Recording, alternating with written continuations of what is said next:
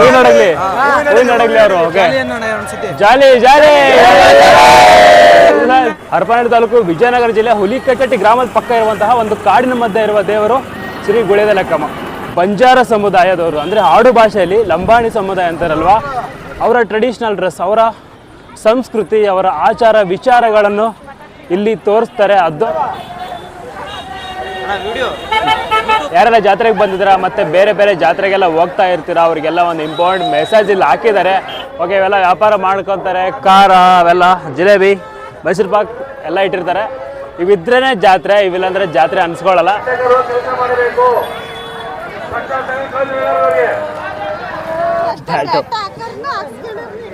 Okay, ಇದೊಂದೇ ಗುರು ಹಾರಲ್ಲಿರೋದು, ಎಲ್ಲ ಬಂದಾಗ್ಬಿಟ್ಟಿದ್ದಾರೆ.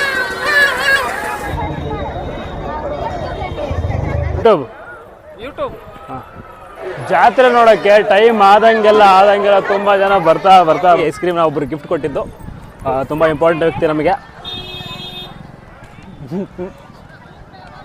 ತುಂಬ ಚೆನ್ನಾಗಿದೆ, ಟೇಸ್ಟಿಯಾಗಿದೆ.